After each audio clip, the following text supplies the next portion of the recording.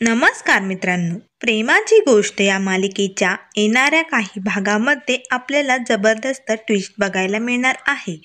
सागर आणि मुक्ताने सईला शॉपिंगसाठी बाहेर नेलेलं असतं. तर सई खूपच आनंदून गेलेली असते. तिने तिच्यासाठी खूप सारं शॉपिंग केलेलं असतं. तर तिथेच लगेच सागरला त्याचे महत्त्वाचे क्लायंट रोहित भेटतो. तर लगेच रोहित आणि रेवतीही त्यांच्याबरोबर शॉपिंग केलेली असते. त्यानंतर शॉपिंग झाल्यानंतर रेवती, रोहित आणि सागर व मुक्ता सर्वजण कॉफी शॉपमध्ये कॉफी पिण्यासाठी जातात. तर तिथे कॉफी पित असतानाच लगेच मेघाही तिथे मुक्ताचं वॉलेट घेऊन आलेली असते.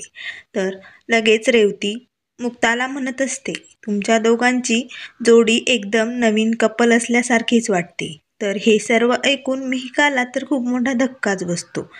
ताई आणि या सागरची जोडी या काय बोलतायत हे तिला काही कळतच नाही. सागर तर खूपच घाबरलेला असतो. आता मेहिका आपलं सर्व भांडं फोडून तर टाकणार नाही ना या क्लायंट समोर, असे त्याला वाटत असते. त्यामुळे लगेच तो मुक्ताला खुणवतो आणि मेहिकाला शांत बसायला सांगत असतो. तर मुक्ताही मेहिकाला काही बोलणार तर लगेच तिचं बोलणं टाळत असते, कारण मुक्ताही या नाटकामध्ये सागरची मदत करत असते. कारण आता त्याच्या क्लायंटसमोर त्याला हे भांडं फुटू द्यायचं नसतं. त्यानंतर शॉपिंग झाल्यानंतर मुक्ता, सागर व सई तिघेही घरी निघालेली असतात. मात्र सई तर खूपच आनंदून गेलेली असते. तिला खूप आनंद झालेला असतो, कारण तिला हवं ते शॉपिंग तिने आज केलेलं असतं. तर लगेच ती सागरला म्हणते, बाबा खूपच मज्जा आली ना आज, एकदम छान. त्यावर सागर म्हणतो, हो बाळा, खूप मज्जा आली ना, आपण पुन्हा एकदा असंच शॉपिंगला येऊ बरं का परत. तर सई म्हणते, ठीक आहे बाबा. तर मुक्ता बघत असते की सई खूपच खुश झालेली असते. मग मुक्ता लगेच सागरला थँक्यू म्हणते. त्यावर सागर म्हणतो, कशाबद्दल? तर मुक्ता म्हणते, आमच्याबरोबर शॉपिंगला आल्याबद्दल, तुमच्या मुलीला वेळ दिल्याबद्दल. तर सागर काही बोलतच नाही, तो एकदम गप्प बसलेला असतो. त्यानंतर असेच मुक्ता व सागर एकमेकांना सईमुळे वारंवार सारखे भेटत असतात. त्या सारखं भेटण्यामुळे त्या दोघांमधले गैरसमज, भांडण मिटलेले असतात आणि दोघांमध्ये खूप छान मैत्री निर्माण होते. कारण मुक्तालाही समजलेले असते की सागर हा दिसायला जरी दगडावाने असला तरी त्याच्या मनात सईबद्दल खूप प्रेम आहे. फक्त त्या जुन्या आठवणीमुळे तो असं वागत असतो, हे तिला सर्व काही समजलेले असते. तर लगेच मुक्ताचा सागरबद्दल जो काही गैरसमज असतो ना, तो सर्व दूर झालेला असतो. मग मुक्ता व सागर एका लिफ्टमधून वरती जात असतानाच लगेच मुक्ता सागरला हात जोडून माफी मागत असते आणि सॉरी म्हणत असते. त्यावर लगेच सागर मुक्ताला म्हणतो, कशाबद्दल सॉरी म्हणताय तुम्ही? तर लगेच मुक्ता म्हणते, मी तुम्हाला नापास बाबा म्हटले. मला वाटत होतं तुम्ही सईचे कधीच चांगले बाबा होऊ शकत नाही. पण मी काल बघितलं, तुमच्या डोळ्यात सईबद्दल खूप प्रेम दिसतंय मला. तेव्हा माझा गैरसमज आता दूर झालेला आहे की प्रत्येक बाबाचं आपल्या मुलीवरती प्रेम असतं. फक्त ते त्यांना दाखवता येत नाही. त्या बाबतीत मी खूपच नशीबवान आहे. माझ्या बाबाचं माझ्यावरती खूपच प्रेम आहे. मुक्ताला सर्व काही कळलेलं असतं की तुम्ही असं का वागताय, सागर असा का वागत असतो, हे सर्व तिला समजलेले असते. त्यामुळे मुक्ता सागरला म्हणते की तुम्ही तुमचा भूतकाळ विसरून जाण्याचा प्रयत्न करा. तो वाईट वेळ संपलाय. त्या सारख्या सारख्या आठवणीच तुम्हाला सईजवळ जाऊ देत नाही. त्यामुळेच तुम्ही सईला वेळ देऊ शकत नाही. मग लगेच सागर म्हणतो, ठीक आहे, मी आता त्या सर्व आठवणी विसरण्याचा प्रयत्न करेन. असे म्हणून तो लगेच तिथून घरी निघून जातो. त्यानंतर इकडे घरी आल्यानंतर इंद्रा म्हणत असते, अरे सागऱ्या, आता फक्त 3 दिवस राहिले आपल्या हातात. काही झालं तरी माझी नात मला परत हवी या घरात. मग सागर इंद्राला समजावतो, अगं आई, आपले वकील त्यांच्या परीने सर्व प्रयत्न करतायत. ते सईची कस्टडी आपल्यालाच मिळवून देणार आहेत आणि तुला असं वाटतंय ना, तर थांब, मी वकिलांकडे जाऊनच त्यांची गाठ घेतो. असे म्हणून सागर लगेच वकिलांना भेटण्यासाठी तिथून निघतो.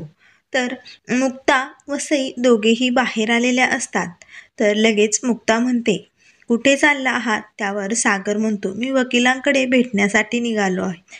तर मुक्ता म्हणते, मी आणि सई पण येतो तुमच्याबरोबर. कारण मुक्तालाही आता सागर व त्याच्या घरच्यांचे सईवरती किती प्रेम आहे हे सर्व समजलेले असते. आणि सावनी सईची काळजी घेऊ शकत नाही, ती तिला हॉस्टेलवरती ठेवणार आहे. हे सर्व कळल्यानंतर मुक्ताही आता सागरला सईची कस्टडी मिळवून देण्यासाठी मदत करत असते. त्यामुळे तीही सागरबरोबर वकील साहेबांकडे भेटायला जाते. तिथे गेल्यानंतर वकील साहेब त्यांना म्हणतात की आपल्याला कोर्टात सिद्ध करावं लागेल की आपल्याकडे सईची काळजी घेण्यासाठी योग्य व्यक्ती आहे. तेव्हा सागर म्हणतो, माझ्या कुटुंबाने सई 6 महिन्याची असल्यापासून तिची व्यवस्थित काळजी घेतलेली आहे. त्यावर वकील म्हणतात, मात्र आपण ते सिद्ध करू शकत नाही.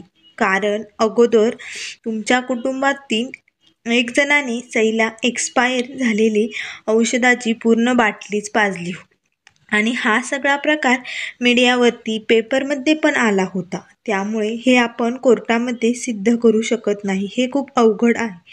मग लगेच वकिलांचं लक्ष मुक्ताकडे जातं. तर वकील साहेब बघतात तर सई ही मुक्ताबरोबर खूपच खुश दिसत असते. ती खूप छान अशी मुक्ताजवळ बसलेली असते. मग लगेच वकील साहेब मुक्ताला म्हणतात, तुम्ही कोण आहात यांच्या? तुम्ही सईच्या कोण लागत आहात? त्यावर मुक्ता म्हणते, मी त्यांची शेजारीण आहे आणि सईची आणि माझी खूप मस्त मैत्री आहे. तर लगेच वकील साहेब सागर एकट्याबरोबर बोलत असतात. तर ते सागरला म्हणतात, तुम्हाला जर सईची कस्टडी मिळवायची असेल तर तुम्हाला या मुक्ताबरोबर लग्न करावं लागेल. तरच सईची कस्टडी आपल्याला मिळेल. कारण मी बघितलंय, सई मुक्ताबरोबर खूपच खुश आहे. त्यामुळे आपण हे कोर्टात सिद्ध करू शकतो.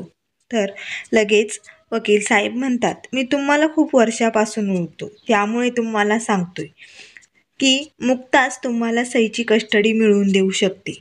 त्यावर सागर म्हणतो, नाही, मी या मुक्ताबरोबर कधीही लग्न करू शकत नाही आणि तीही माझ्याबरोबर लग्नाला कधीही तयार होणार नाही. तर लगेच वकील साहेब म्हणतात, जर तुम्हाला तुमच्या मुलीची कस्टडी मिळवायची असेल तर हा शेवटचा पर्याय आहे. त्यामुळे माझ्या बोलण्याचा विचार करा. आपल्याकडे 3च दिवस उरलेले आहेत. तर लगेच सागर तिथून बाहेर निघतो. सागरच्या मनात सारखे तेच प्रश्न येत असतात. वकील साहेबांनी सांगितलेले की सईची कस्टडी मिळवण्यासाठी तुम्हाला मुक्ताबरोबर लग्न करावं लागेल.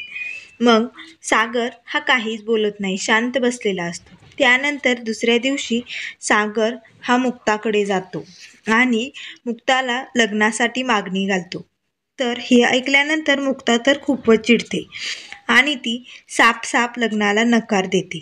पण जेव्हा तिला नंतर कळते की सागर हे फक्त सईसाठी लग्न करतोय, त्यामुळे वाटते की सई इथे सागरबरोबरच खुश राहील.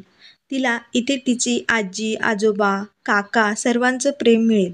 तिथे सावनी तिची बिलकुलच काळजी घेत नाही आणि ती तिला लवकरच हॉस्टेलवरती पण पाठवणार आहे.